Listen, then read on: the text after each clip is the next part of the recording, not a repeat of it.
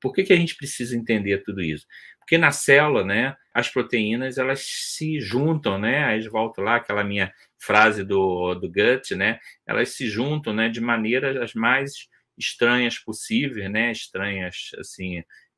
não previsíveis pela física, né, mas certamente necessárias para que a função dessas proteínas ocorra. E um dos temas que eu vou abordar ao longo também da minha palestra é a formação da chamada, as proteínas se juntando, né, separando, igual o óleo se separa da água quando colocamos junto, né, elas se formam, né, formando algumas estruturas, né, que quando a gente aprende ali nas aulas de biologia, formam estruturas como o nucleolo, né, não possui uma membrana, né, então a gente tem uma célula que tem várias organelas com membrana, como mitocôndria, lisossoma, etc., o próprio núcleo, mas a gente tem uma série de outras chamadas organelas sem membranas, né, algumas importantes, né, algumas que todos devem ter ouvido falar, do nucleolo, e, eventualmente, é o que a gente tem visto, né? E aí eu vou abordar aqui um tema, né, que é em câncer, né, que é a agregação da P53, uma revisão recente, né, e que é um tema que tivemos a sorte de lá atrás, né, de escrever, né, como importante, né. Eu vou abordar um pouco a importância, né, exatamente quando você tem uma proteína que exerce uma função e, eventualmente, ela, que a gente chama de, não só separa de fase, mas sofre uma transformação de fase, né? Transformação de fase seria, por exemplo, você pega um ovo e coloca na frigideira e forma, né, um ovo frito, né? Então, né, se você deixa muito tempo, fica aquela gema bem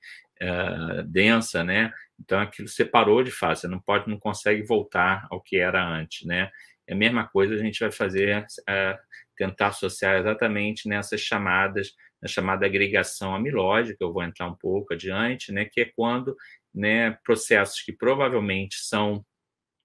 fisiológicos, né, eventualmente tem uma transformação de fase, gerando estruturas, né, fibras amiloides, né, que a gente vai comentar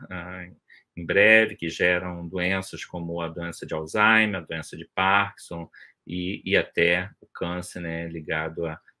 agregação de algumas proteínas, especialmente da P53, né. É por isso que a gente tem uma revisão que eu publiquei com uma colega, né, a professora Iraima, que é da Universidade Federal do Rio de Janeiro, ex-aluna lá do meu laboratório, né, fez doutorado, né, que a gente comenta exatamente essa função, né, na célula a gente tem muito isso, a função fisiológica, né, que seria um Dr. Jekyll, e eventualmente quando dá ruim, né, né, sofre um processo que a proteína, por exemplo, sofre agregação amiloide, isso ocorre com várias doenças, né,